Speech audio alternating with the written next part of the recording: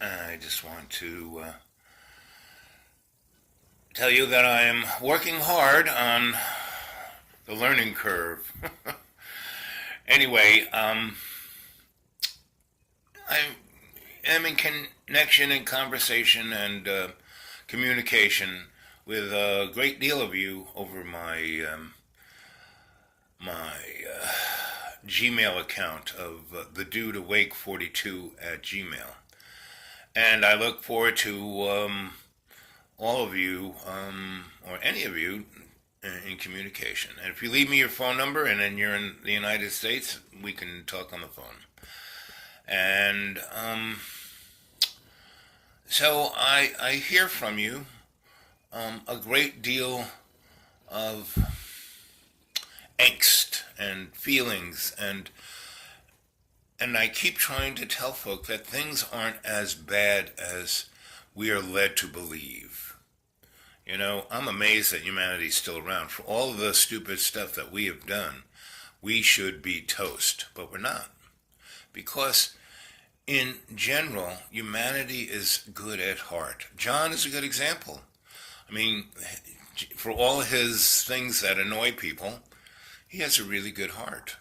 And that's most human beings. And if you let cynicism get you down, meaning my life, you know, if you look at it from somebody middle class point of view, they look at me and, oh, look at that bum. You know, he's terrible, blah, blah, blah, blah, blah, you know, until they get to know me and then they love me. Yesterday, Friday was a really good day. I went to our public radio station, and they have these little events for the public, and they show art, and they have music, and they have food. And there were a lot of really interesting people. And the demographic of that group really represents public radio. Old, white, bourgeois, liberal folk. And what is a liberal? A liberal is someone who feels guilty about their position in society, meaning because they were born into a situation, they have a lot better than anybody else without really doing anything. And that's a liberal. Basically, they feel guilty about being racist or sexist or homophobic. And so they go overboard going the other way, but they don't do anything to change anything. And that's really kind of what I want to talk about, is how to change things. What can we do to change things? So I'm going on YouTube, coming out of the shadows, coming out of my hermitage, to talk to you folk, to get you inspired, to bring the band back, to bring fun to our social discourse, you know, and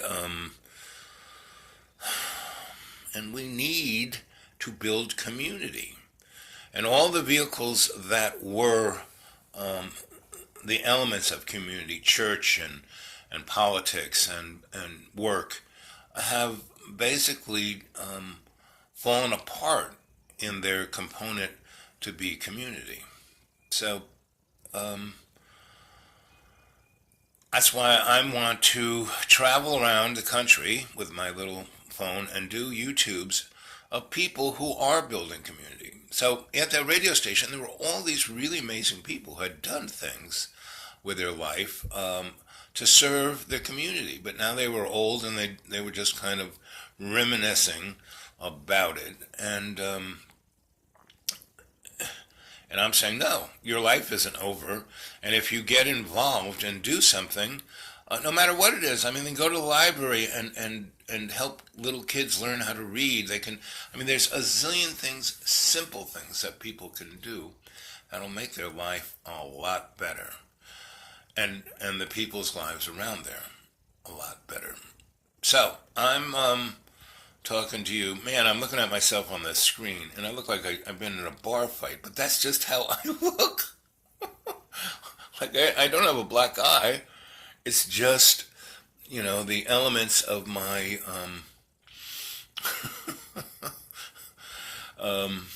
aging process. But I'm not letting it get me down.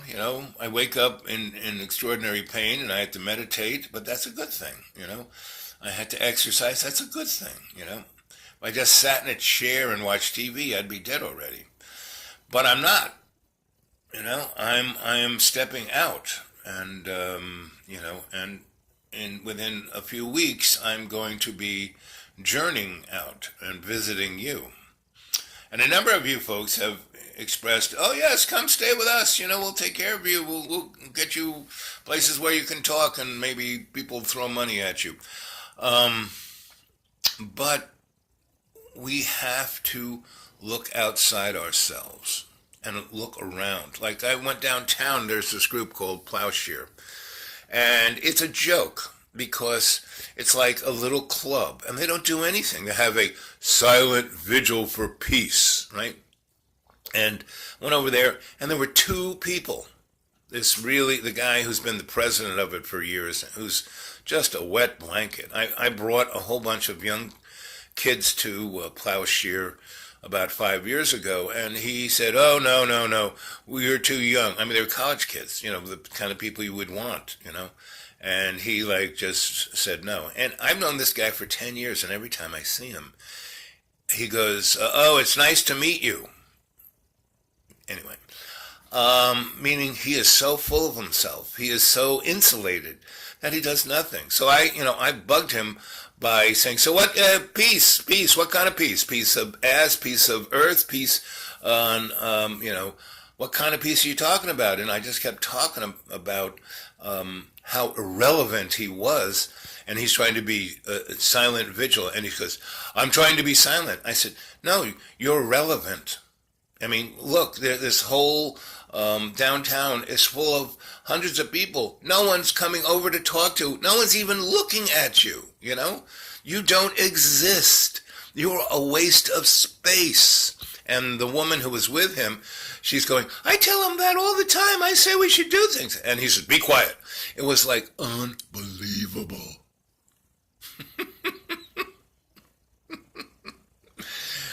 We better wake up. And the other interesting thing my last comment is Donald Trump is the best social laxative that's come around, because what's happening, Donald Trump is such a disruptor, is so out of the box that he is breaking all the norms.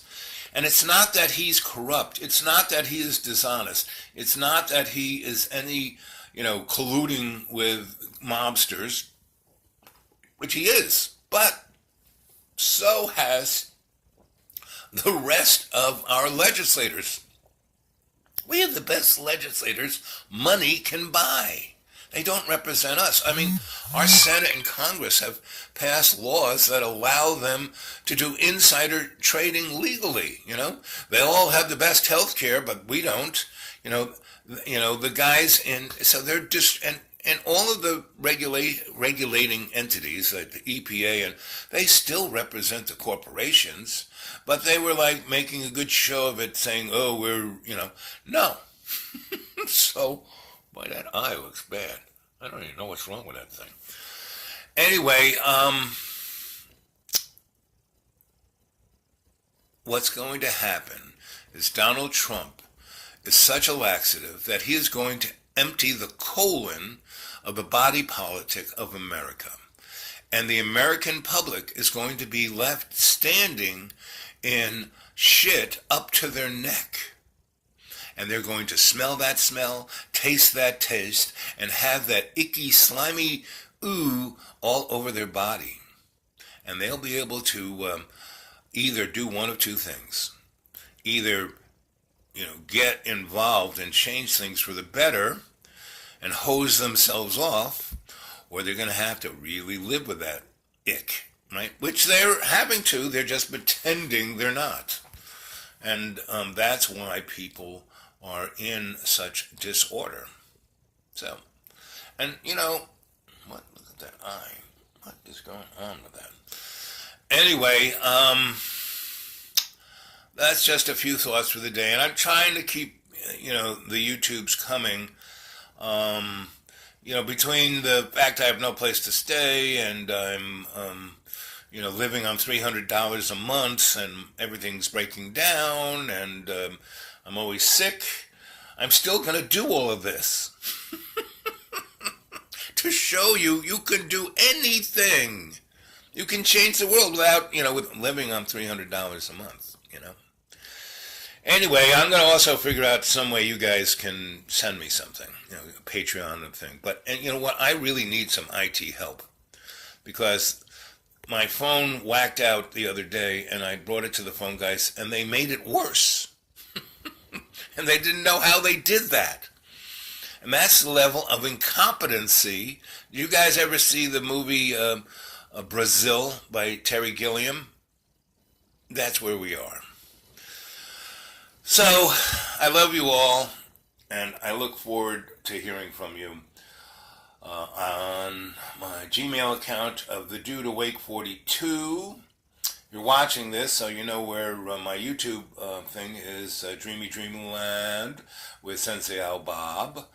And you can go look at my writings at xrated.blogspot.com. And that's xratted.blogspot.com. John has said that he, because, all of the YouTubes that are on his channel, he has total control.